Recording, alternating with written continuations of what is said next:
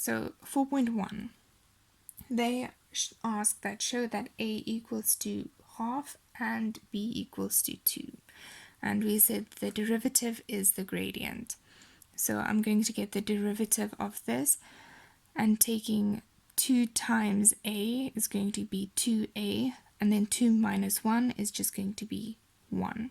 Okay, and then the derivative of bx is going to be, remember I said anything the derivative of x is going to be 1, so it's just going to be b, and then the derivative of any number is going to be 0, so it's going to fall away.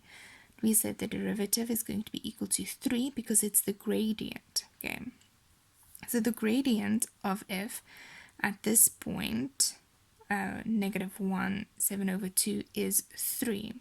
Okay, that's what we had there. Now, at this, we said like x equals to negative 1.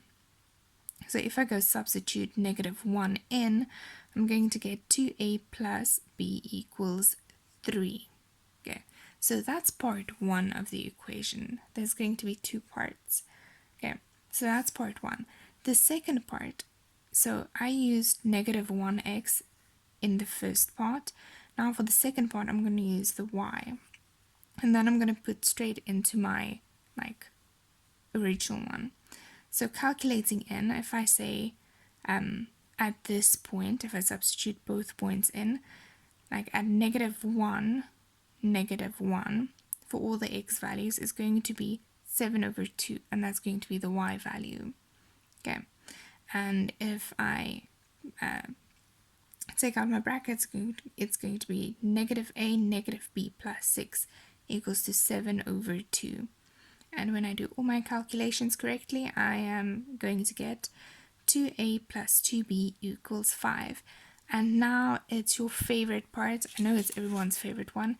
It's going to be simultaneous equation.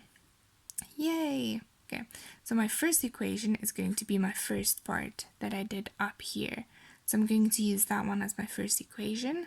And then my second equation is what I'm going to use, what I got here at my second part.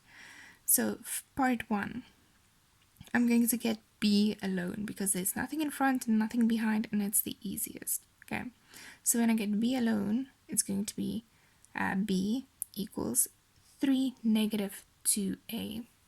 Okay, with that, I'm going to go over to part 2 of this simultaneous equation.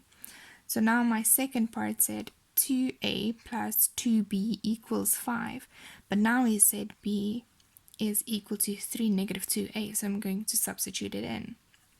Then when I do all my calculations correctly, I should get a equals 1 over 2. Now I'm going to, firstly, I have a now, so I put my arrow there showing this is my final answer for a.